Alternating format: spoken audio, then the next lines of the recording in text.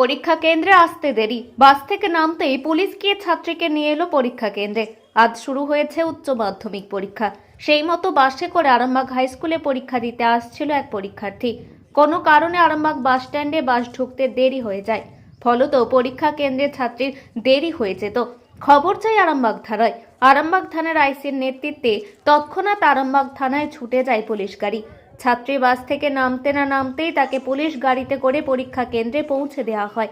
একটু দেরি হলেও পুলিশের তৎপরতায় প্রথম দিনের পরীক্ষা দিতে পারল ওই ছাত্রী। পুলিশের ভূমিকায় খুশি হন সেখানে থাকা অন্যান্যরা।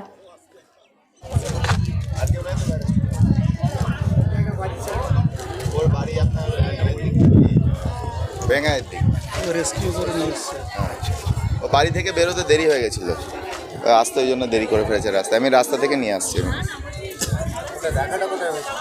আমার দেখা হলো বাস স্ট্যান্ডের কাছে, ওখান থেকে নিয়ে আসছি।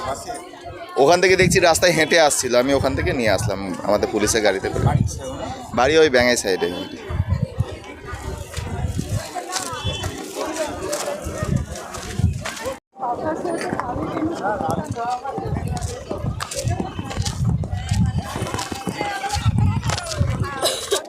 আমরা ওই যারা ছাত্রছাত্রীরা আসছে তাদের আমরা শুভকামনা করব যে তারা প্রত্যেকেই ভালো করে লিখে জীবনে সাফল্য লাভ করুক এবং দেশের ও দশের কাজে লাগবে, তারা মানুষ হোক, এইটাই ঈশ্বর আল্লাহর কাছে আশীর্বাদ চাইব।